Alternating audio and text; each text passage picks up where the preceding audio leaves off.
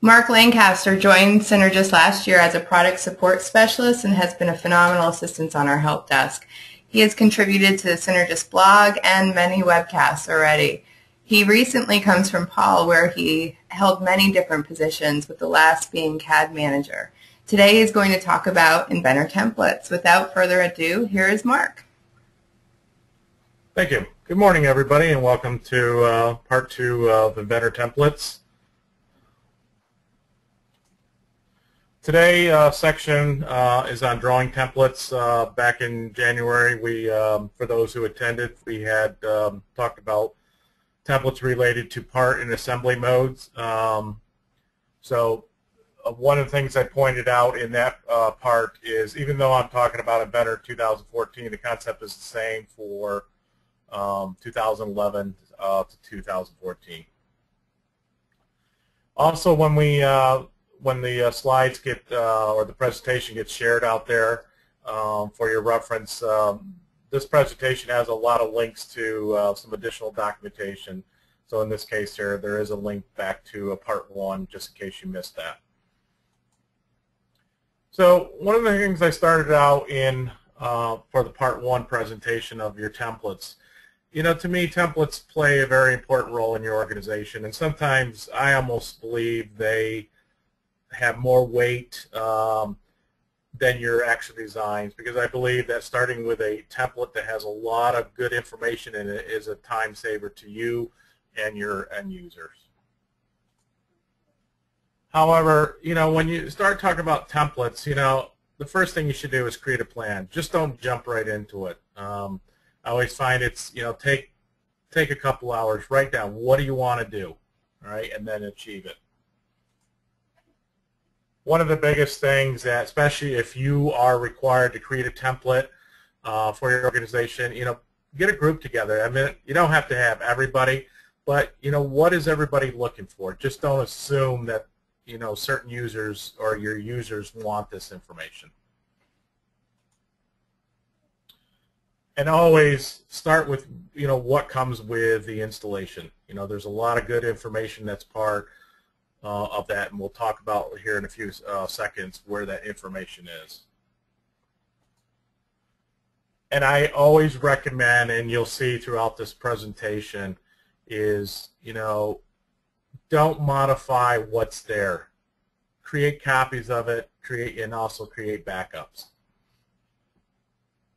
You hate to go through the process of making all this template, and then something happens and you no longer have a backup of it. The other key that I always, when I look at templates, is I like to keep it organized. I don't want a lot of clutter in my templates, because if it just makes your template not work properly, users are not going to want to use it. And back when we talked about part 1 the part 1 presentation back in January, there was 90 days. I mean, the clock is ticking, and we're roughly down to 45 days until the next Inventor version is released. So, with the messages, start planning ahead. All right. So if you don't have something for your templates now in the current version of Inventor, and you're thinking of upgrading to Inventor 2015, start planning. So going back to starting out with what's there. So your Inventor default templates on every installation that occurs, no matter if you do 1 PC or 5 PC, the installation provides you default templates, and they are located in those directories as specified, whether you're using Windows XP or Windows 7 and 8.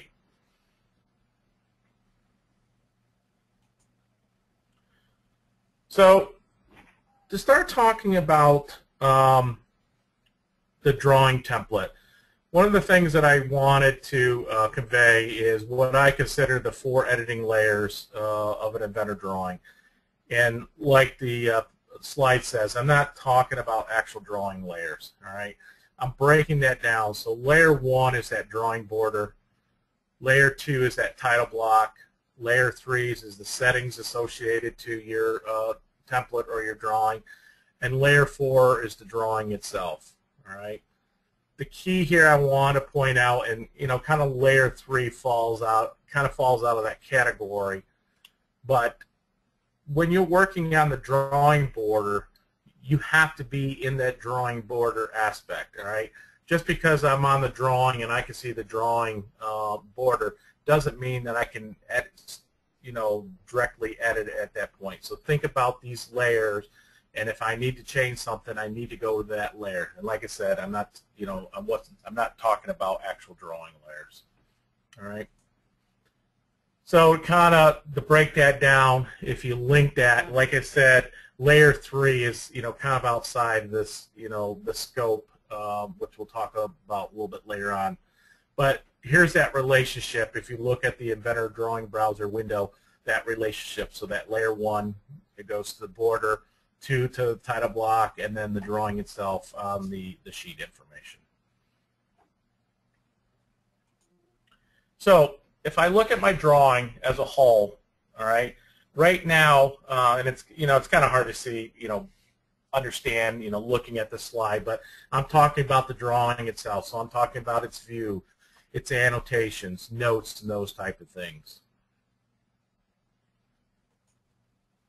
If I start stripping away the drawing, my next thing is the settings. And like I said, that it's not really a layer that's inside of that drawing, but to me it is a layer because it's those settings. I have to go into the settings dialog or the styles editor to make those changes. If I strip it away again, now I'm talking about the title block, so I'm only working on the title block information. And if I strip it down one more layer, I'm talking about the drawing border. All right. So those are those 4 editing layers that just want to convey is that when you're working, you want to modify your drawing border, you have to go to the editing of the drawing border. Same thing with the title block, of the settings and the drawing itself. So let's start out by, we're going to set up a drawing template. First thing we're going to do is define the drawing border. However, before we really want to start, and I'm doing this presentation based on a workflow, how I would attack creating a drawing template. So the first thing that I'm going to do is I'm going to actually, before I actually get into defining what my drawing border is going to look like, or my title block, I'm going to configure the sheet size, its orientation, and the title block location. Depending on what your organization, is it the upper left, lower right, those type of things. So what I'm doing is I'm right mouse clicking on the sheet information, and I'm going to do the edit sheet, and I'm going to define what the size is, and those type of things. So one of the questions I've been asked in the past is, when I'm creating a drawing template, can I create one single template that uses all the drawing sizes I use? I use, let's say, an ANSI A, B, C, D. All right? Yes, it is possible. And the way that you do that is through the sheet formats definition. And we'll talk more about that later. So you could, in theory, create one template that covers every drawing size or every drawing border title block that you use. So just keep that in mind when you're looking at templates. Do I want to create one for every single size, or I could create one that has every size built into it? What I like to do is, when I first started creating drawing templates, one of the things that was, it kind of got confusing is that, when I started working with the provided template, there's already a title block, there's already a drawing border in there. And sometimes when I'm working a drawing border, there's a drawing border on top of a drawing border. So what I like to do is what I consider is wiping the slate clean. Is basically I'm going to delete the current inserted border and title block, not out of my template information, but out of the current sheet information. So if I right mouse click on the default border, or the title block is there, basically I'm just stripping those layers away from my current template definition.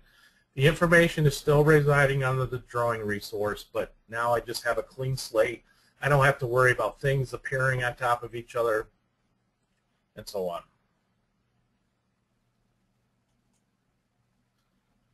So the first thing that I always look at is when I, breaking this down into these layers, the first thing I'm going to do is define my drawing border. All right, and there's two borders that you could define. One is a new border, and one is a new zone border. So what is the difference between them? All right, basically the define new border is really creating a border from scratch. All right, so you're actually going to go out, draw the lines, those type of things. Whereas a zone border, it's already a predefined border layout. Basically, you're going to tell how many zones there is, whether you want to use, characters or numerical information to define your border. That's all that information inside of that dialog box that comes up. One of the things I still recommend, the template, if you're starting with the provided templates as part of the installation, there is a default border that's already a zone border that already provided. Even though that may match your requirements, I still recommend for you to create your own drawing border. All right, I'm just a big fan of leaving what is there and making copies of it. All right, that way that I know it's information that I created. And it's not going to cause any conflicts down the road. So here's that example that I was talking about, the setting up a new default drawing zone border. Put the information in, how you want to configure it for your organization. I find the new zone border is much easier to work with because it's doing all the work for me, whereas the new border, I got to go and create that information. Another question we get asked a lot is I've already have a drawing border and title blocks that I use in AutoCAD. Can I use that instead? Yes, that is also possible, but I would recommend for you to create the new border inside of Inventor, and then when you're editing or creating your title block definition, is to bring in transfer your AutoCAD information in at that time. All right. A lot of times I see drawing templates that get converted over to Inventor from AutoCAD, and they are sitting on that layer 4 aspect. All right.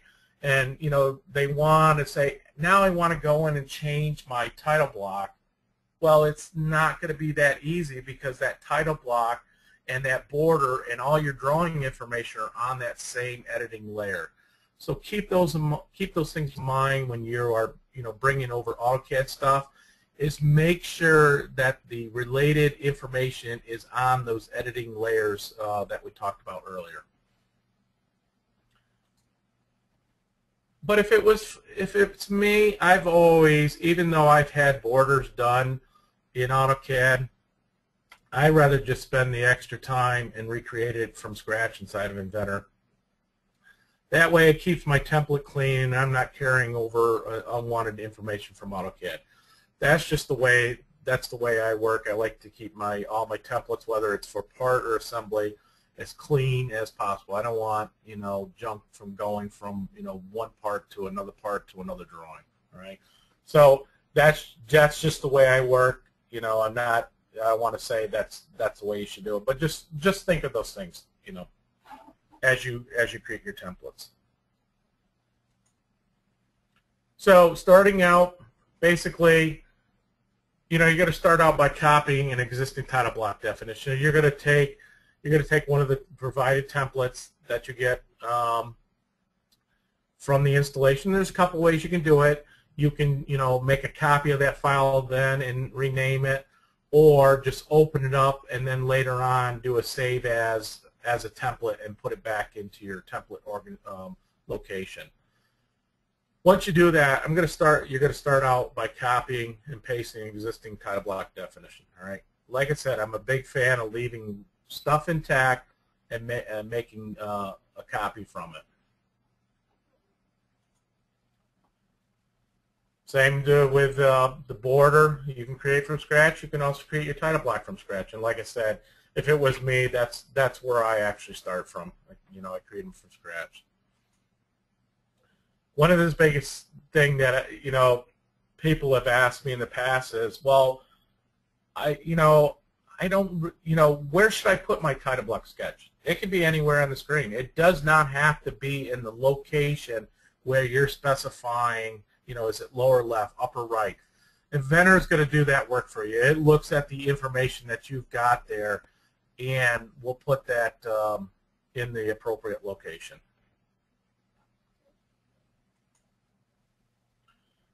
Create your title block using your text, using normal text, prompted entries in Inventor properties. All right, make your title block definition work for you. All right, don't think about it.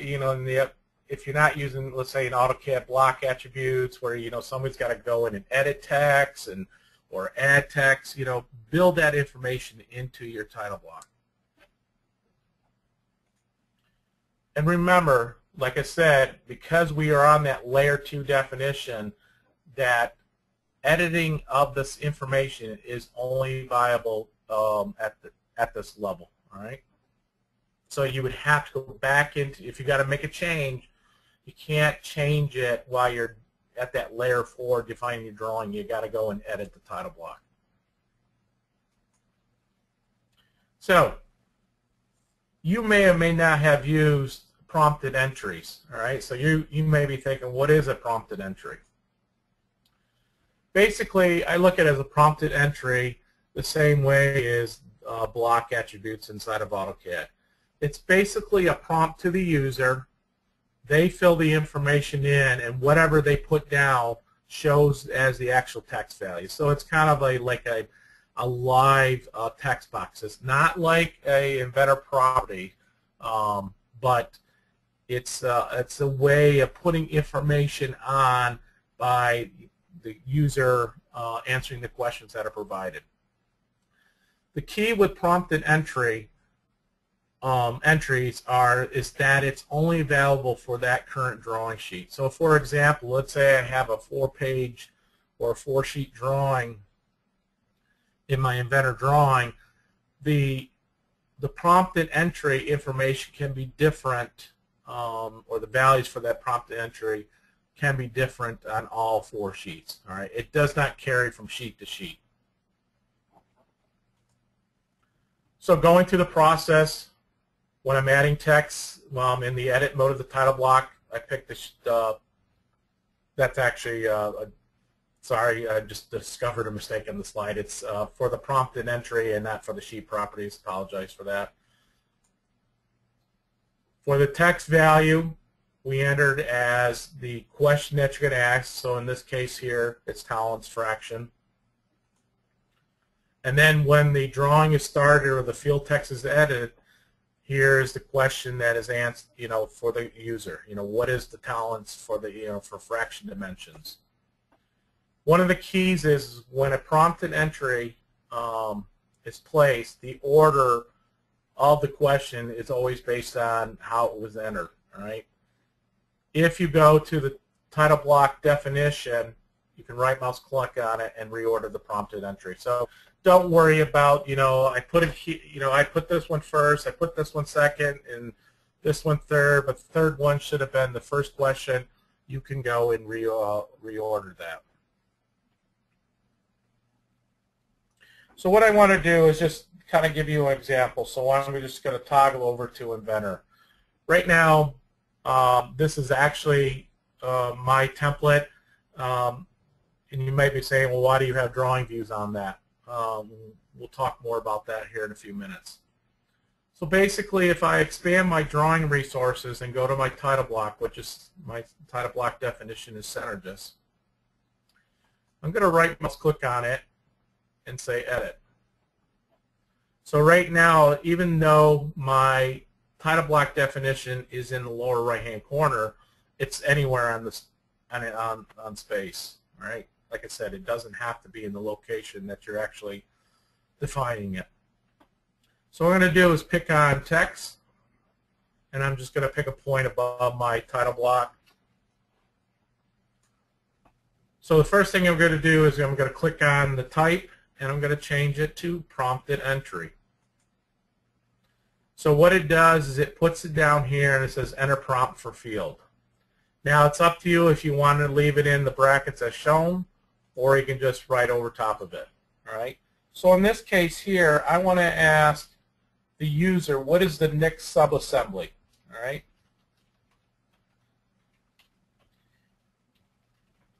So that is my prompt. All right. If I want to, I could put a question mark if there. Like I said, this is just the question. It's not going to be the actual text. And I'm going to center it. Now hit OK. So there is my prompted entry. It looks at the title block definition, it looks as a normal text. But when you are doing your drawing, it will be an actual question, and whatever the user puts in for the answer, that's the text that will appear. So what I'm going to do now is finish my sketch, save my changes. When I make changes, or I start the drawing, or I edit the field, here's the prompted entries that come up. You may, depending on what interface, if you're starting a drawing, those type of things, you may have to change the drop-down field here. All right. Right now, it's defaulting to the prompted entry. In other cases, it may say all, drawing properties, those type of things. So just beware of this drop-down up here. So you can see here is my enter weight, my title field name, and next is subassembly. If I go and put a value in here, I'm just going to say 456, and hit OK, my information now appears in that prompted entry. Like I said, if I go to the title block, right mouse click on it, I can reorder the prompted entries. So I can say, well, really, title field name should come first, then the next subassembly. All right. Now when I hit OK. Now if I expand my sheet and right mouse click on or expand my title block, you'll see it in here. It's called field text. That's an indication whenever you see that under a title block definition or a symbol definition and you see field text, that means there's prompted entries inside of it. All I do is right mouse click on it and say edit field text. All right. Here's where I'm saying that it's showing all. I toggle it to change prompted entry. As now you can see that the order that I wanted my prompts to appear now are in that order. Okay, so that's a prompted entry. It's one of those powerful tools. I'm not sure if a lot of people know about that information, but it's there. It's a nice way of asking questions to the user as they're creating their drawing.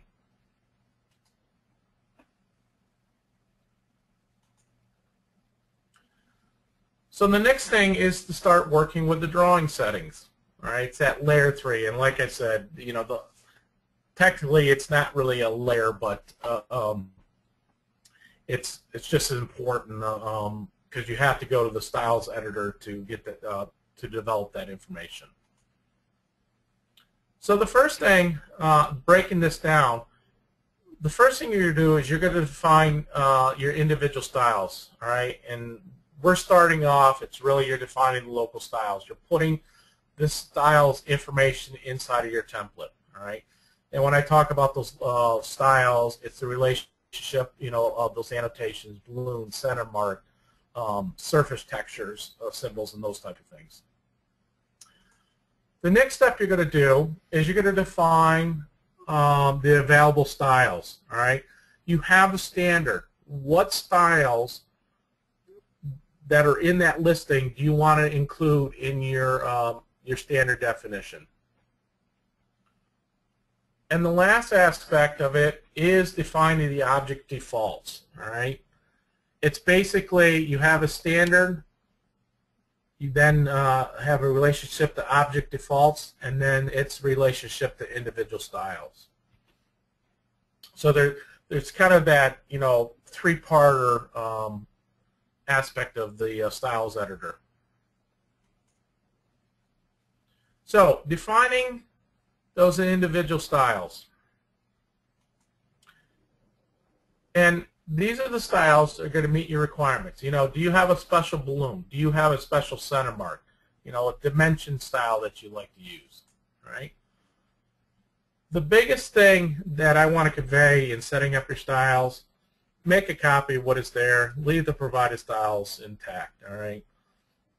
I'm going to tell you a little bit later on why that's important, and we do see a lot of cases on help desk in regards to this.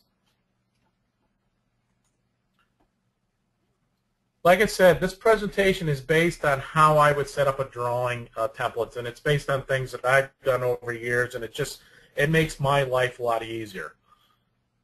You know, you start realizing after you do a couple of them that, you know, the key to other individual styles is text and leader definitions. So what I recommend is you start out defining your text and leader styles first, all right, because they are key to other styles, all right? Get that done first, and then work from top to bottom of the styles, all right? Start right at the top with balloon. Remember, we're just talking about individual styles right now, so standard and objects defaults, you know, based on that other slide I had, or fall outside that category. You know, just work from top to bottom. Start defining those styles. One of the things that I like to do and tell people is, you know, format your name style. Give it a name. It makes it easier for the end user to know that this is a style that they should be using. All right. And also add a comment. So here's just some example. You know, for balloon, I just wrote it in capital letter, or I wrote balloon and then put it in the parentheses Synergis. It just makes it just tells the user, you may understand because you're the one that set up that template.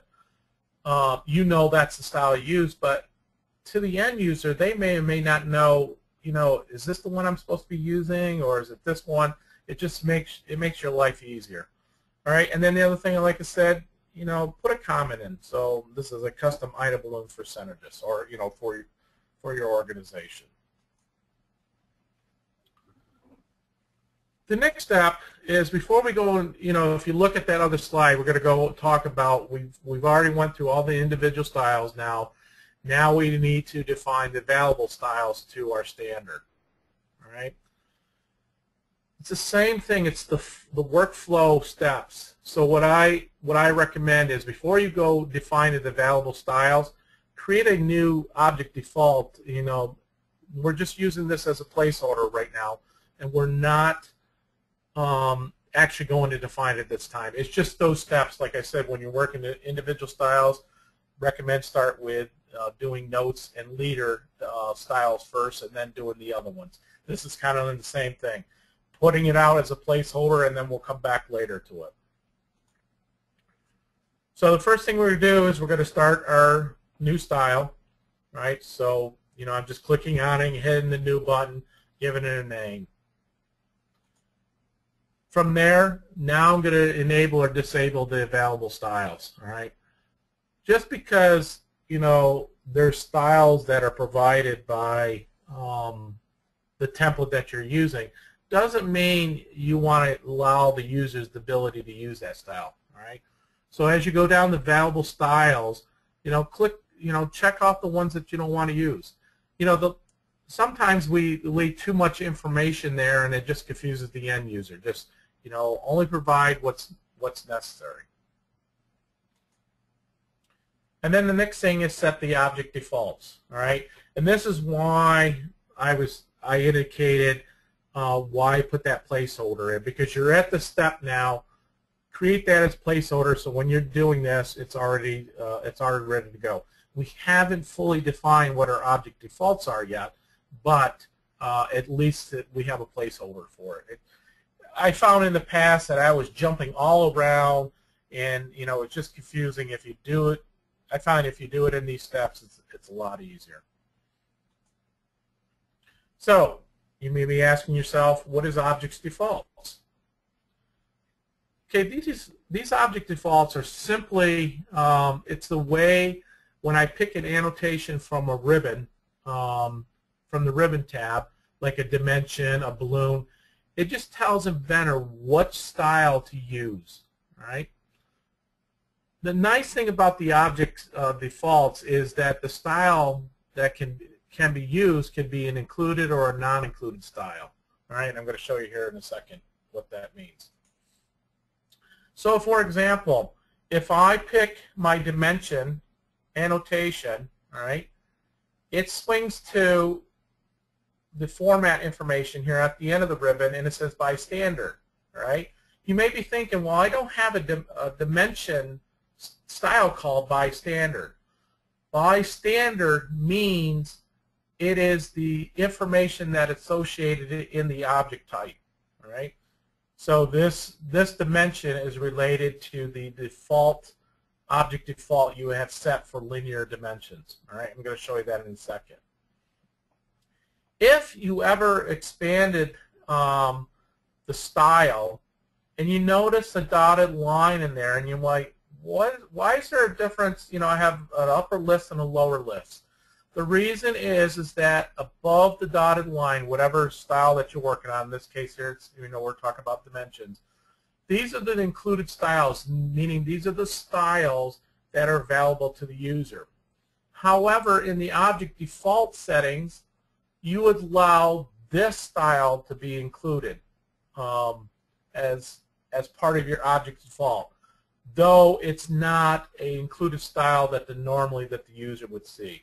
So that's the reason if you have ever expanded the styles listing and saw this dotted line, above the line is included styles, below it is a non-included style. All right? So if I toggle over to Inventor again, and I go to my Manage Styles Editor, so I have my standard here is ANSI Standard Synergis. And if I look at my object's default, and I scroll down to linear dimension, it is using the standard dimension Synergis. So anytime I pick a linear dimension, it's going to use the style standard dim Synergis. So if I break out my dimensions, this is my standard dim Synergis. So it's I'm writing that relationship to say, anytime I have you pick a linear dimension, this is the style that I want you to use. At any time, you can switch that in the annotation ribbon tab is by clicking the dimension and changing the style. So it isn't that you're locked down to using only that style. It just means this is what I want you, initially to start with. And a lot of times when drawing templates get set up, object defaults are always overlooked, and people have said, you know what, our dimensions, every time we start it is a 3-place dimension, and when I go to do it, it always places it as a fraction. All right? That's the reason, is by setting up your object default. If I expand my object default and look at object default Synergis, here is the information related to it. So this is the object type, the object style that I want to use, and then the layer if I want to change the layer. All right. So for example, if I go down and look at my notes, and I remember where they always put these.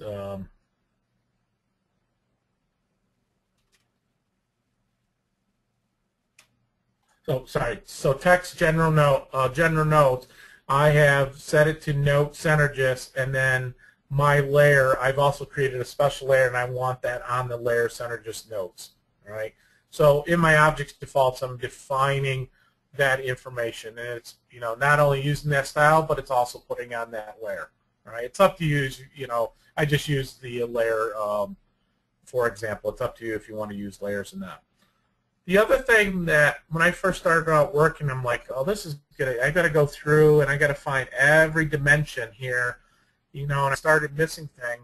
And then I forgot about this filter.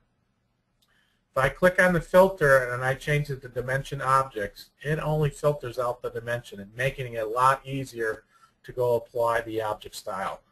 So when you're setting up these object defaults, think about using that filter because it just makes your life a lot easier.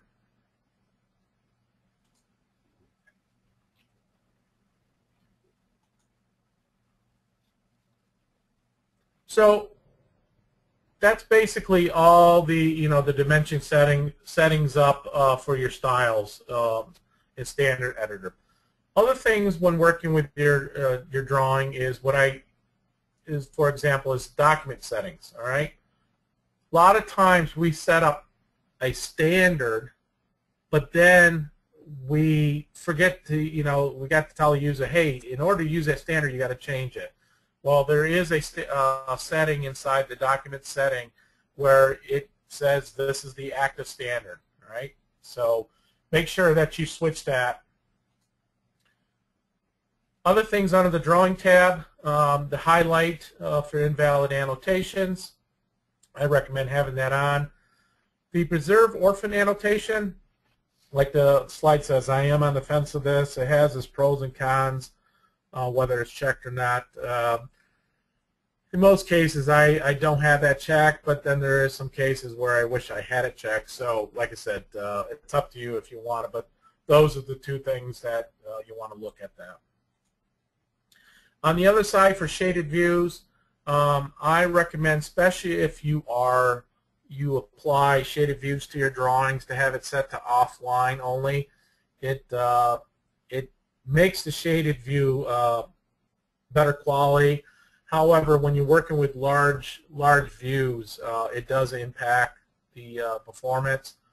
Always, it's going to reduce the quality, but there's no performance impact. All right. When I put my shaded, if I'm going to use a shaded view, I want it to look. I don't want it to look jagged and those type of things. So I leave it as an offline.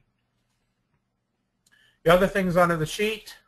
Define the sheet label. If you're not, in the drawing browser, if you don't want it to say sheet 1, sheet 2, sheet 3, change it. Maybe you want to, call page 1, page 2. All right, so change it there. Like I said, let the template do the work for you. Background color, I recommend setting it to white. Right now, by default, it's set to a parchment color. Some people, and I kind of agree with them, it kind of distorts your annotations. White is very acceptable, but you can change it any color that you want. And then the other thing is, does the red, does the green work for you for highlight and selections on your drawing? If they don't, change them to another color. Just like with templates for parts and assemblies, the other items you want to consider. Sheet format definitions, we're going to talk about that here in a few minutes. Sketch symbols, same thing, I have a slide related to that. User parameters, iProperties, iLogic programs and event triggers. Build all this stuff into your template. Give it to the end user. Custom layers and layer states, all right? Maybe there's things that, go on certain layers, but you don't want it to automatically turn on, so you could have those custom layers already turned off in your template. So what is a sheet format definition? A while back, I wrote an article for our blog about sheet formats, and this is kind of a little blurb from it. Basically, it allows the user to set up his or her layout, and then by inserting it in, it creates a drawing. But it's not going to be 100%, but at least to me, it's a time saver, especially if your drawing layout is always the same, and I'm going to show you that here in a second. And with the provided templates, there's already their sheet formats definitions already provided. So in this case here, going back to that original question, can I create a single template with all different sizes. So in this here, in one of the provided templates with Inventor, you can see there's an A size being portrait or landscape, a B size, and so on. Right? And like I said, in these slides, there is links to additional information. So this is related to the article that I wrote. So the 4 steps of a sheet format definition, to kind of break it down, is first you're going to define your template, and you know, you're doing this at the template level, so you're defining that layer 1, 2, and 3. Next, you're going to lay out your drawing views and notes. All right, that's layer 4. It may or may not be required for sheet formats. All right, just because the example I'm going to show you, I'm placing drawing views on there, doesn't mean that you have to do that with every sheet format that you define. Save your sheet format layout, and then create a new drawing using it. All right, so this is basically how it breaks it down. So, for example, if I toggle back to Inventor and I do my zoom extents, as you can see here, I have, a model assembly of a grinder vise here. All right, so I have my drawings on, my drawing views on there. If I right mouse click on my sheet and say create a sheet format, it's going to ask me for the name, and I'm just going to say standard views, right, and hit OK. What it's done, it's basically taken a snapshot of this information. So if I'm going to start a drawing using that information, all right, it's going to create 4 drawing views, one of them being shaded, based on the component that I select. It's going to use a D-size drawing border and my template that I have here.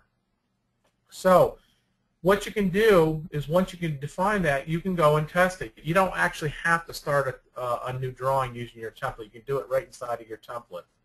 So if I expand sheet formats, here is my standard views that I've created. If I right mouse click on this and say new sheet, it's first thing it goes and says, oh, I know you have drawing views on here. What model do you want to use? So I'm going to click on, and I'm going to go browse, and I'm just going to go pick my vise base. All right, I hit open, and then I hit OK. Same thing, because I have prompted entries in my title block. It's going to ask me for those prompted entries because I'm starting a new sheet. I'm just going to hit OK at this point. And what it does is it creates my drawing based on, it creates the 4 views, like I said, one being shaded, with the information that I provided, right? And that's why I kind of say, it's not 100%, but at least it's getting you there. And that's a nice feature that I find, especially if all the drawings that I always create maybe always have this orientation. But at the same time, I can create more than one sheet format. So I could have 10 in there if I want to, and then the user just picks on the sheet format that he or she needs.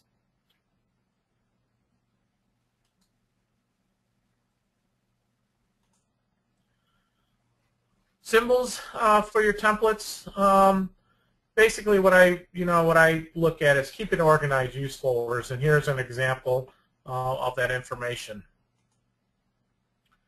Save symbols with meaningful names, just like when I talk about the styles. Don't call it A. If it's a revision balloon, then put it as a revision balloon. It makes it easier on the end user. Incorporated prompted entries and drawing properties, into those definitions. Put some intelligent behind it. And always define the symbols, point grep is basically, where is that insertion point? It makes it easier, especially, let's say, for a revision table. It's easier to snap to a point on your drawing title block or another revision block. And lastly, symbols can just be more than just a symbol. I mean, here's an example where, it's a fabrication information for welding. It's a combination of notes and symbols, or weld symbols. Right? So keep that in mind. Just don't look at symbols as being something simple. You know, they can be somewhat complex. So to wrap this up, so we have some time for questions, is, you know, let's finalize the drawing template. I'm going to insert the define border. I'm going to insert the define title block. I'm going to insert any required symbols that I need to first show. Define any sheet format definitions. Clean up your template. Collapse the browser. One thing I've always been that part of it. When I start a template, I don't want to see everything expanded. I just want it, you know, the browser tree to be clean. Save, test, and implement your drawing template. All right. One last thing that I want to talk about, and then we'll open it up for a question, is your styles location. You know, is it going to be local inside the template, or is it going to be global based on the XML files that are out there and that location is specified there? All right. Personally, for me, when I'm working with drawing templates, I like to keep everything local inside of my template. All right. It's just the way I feel. You know, if I'm making those styles, I only want to be in the template or the drawings that use that template. I don't want it to be available to all drawings that were created in the past without my template, and that's just how I feel. All right. One of the things that I talked about originally is leaving stuff intact and making copies of it. A lot of times we get cases related to, hey, I'm always getting this style conflict. All right. The reason is that you're modifying inside of your template. You are changing those provided styles. And what it does is when it looks at the XML file, the global settings, and the styles in your template. It says, well, wait a minute, they're different. Which one do you want me to use? So the key here, and that's why I stress enough to a lot of people when they set up templates, one way to avoid this at all is just make copies. If you need to make a new balloon style, don't modify the one that's there. Create a new one from it, and you will never get the style conflict message. All right. There is a link there in the presentation about how you can correct that information. And the last thing that I also think is important is in your project file is changing your user use style library to read only. All right.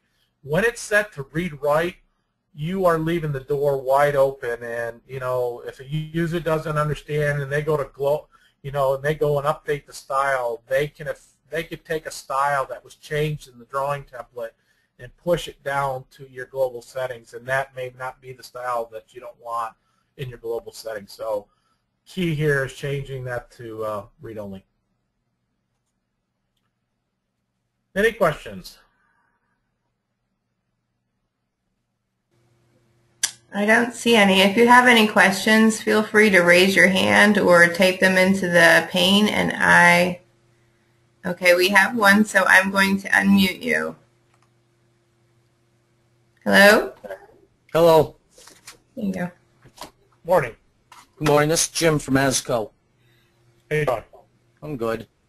Hey, how do I get to automatically add a file location path like I saw on your drawing? You had on the lower right-hand corner the location where that drawing was located. Is there a certain spot? Yep. So let me just quickly toggle over to. So if that information was done at my drawing board level. So even though that was talking about prompted text and properties at the title block level, right. I can do it at the border level. So if I edit my border, it's basically text that's sitting down here that's just using the Inventor properties, the file name and path.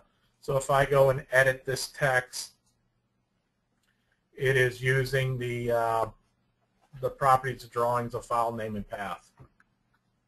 So that's all I got to do is go in and format.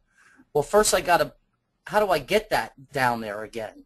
Well, all I did was just created a text. So if I'm, like I said, remember, I'm in the editing mode of the border. I just go text, and I just pick a spot here, and then I change it to drawing properties, and then, oops, let me get back to the properties drawing, and then click on the file name and path, and then I hit the insert parameter. All right, hold on. Let me write. Okay. Okay. I was going to say, let me write that down. So far I'm at borders, edit, text, properties drawn, and the other drop down was for the file name, I believe. Yep. Right. Yep. So drawing properties. Type. And then properties is file name and path, and then I have to hit that little save guy there, add. Right. Yep. So the difference between a prompted entry and a inventor or a properties, an iProperties, is this is highlighted. You cannot go in here and start typing information. All right. Okay. So it's always going to be highlighted, and it's always going to have the brackets as shown. And then automatically when I go to open up or I go to save that drawing, that path's going to go down there then. Yes, that information will go down there. All right, that's cool. And then I have another question about prompting entries with the iProperties for the title block definitions. Mm-hmm. When it used to be when we had the default IDWs that came with the installation, when you went to the properties on the top corner, I guess it was iProperties. Right, if you go here. Let me move my Inventor out of the way. Yes, sir. When I went to custom, where your mouse is, I had other values in there. Of course, it said sheet and sheets. So you could put sheet 1, and you modified it. And then in sheets, you could put 3 or 4. We had done something to our templates, kind of a little ASCO standardization. So the only way I can do that is I have to actually edit the text definition of the drawing and throw that in there. How do I get that to be a prompted entry again? So when I'm in custom, like where you are, if I go to my custom, let me open up a drawing here real quick. When I go to my custom, I'll see inside the, I don't know, in the names and the values and the types area, I'll see for my material has a bunch of X's, and if I would click onto that value, that name, and modify that value, that would show up in my title block. Same thing with I have a revision in there to change that to A, B, or C or whatever. And also have, I'm assuming, a prompted entry for sheet, a value of 1, sheets, a value of 1. But when I change those values to modify them, they don't change in my title block. Like somehow I lost that prompted entry. So from from a loaded, software loaded IDW, that did work. That was very associative. But now I kind of would like that back. All right. Well, I can give you a call and look at that. But just one quick thing is that sheet information does not have to be. You can have that automatically done. Yeah, if you keep adding sheets like what you have, sheet 1 and 2 on the left side there, right? Right, but that information, if I click text here and I go to drawing properties, that information is the number of sheets. Right. So you can actually it will do it automatically for you. You wouldn't have to prompt anybody. But that only works if you keep adding sheets like you have in your tree. I see sheet 1 in your tree and sheet 2 in your tree. Oh, I see what you're saying. If you add them, it's separate. Yeah, the one engineer here, he does that. Right. Well, okay. He'll keep adding sheets, but I don't. I go up to the top corner and I want a drawing. Right. And then once I'm done with a drawing, I save it. Well, I want another drawing. I don't keep adding. I'm not used to doing that. And the one guy in here, he does that. And then it does, yes, it automatically updates. But no, I don't do it that way. All right. Well, like I said, I can give you a call later on. And all right. Any other questions? I'm good. Thanks, Mark. You're welcome. I'm looking, Mark. Hang on one second. I'm not seeing any. So if you do come up with any questions, feel free to respond to the email that you'll likely get in the morning. If you have any other questions, just let us know and we'll make sure that Mark can get back to you. Thank you so much for joining us today. Bye, everyone. Have a great day.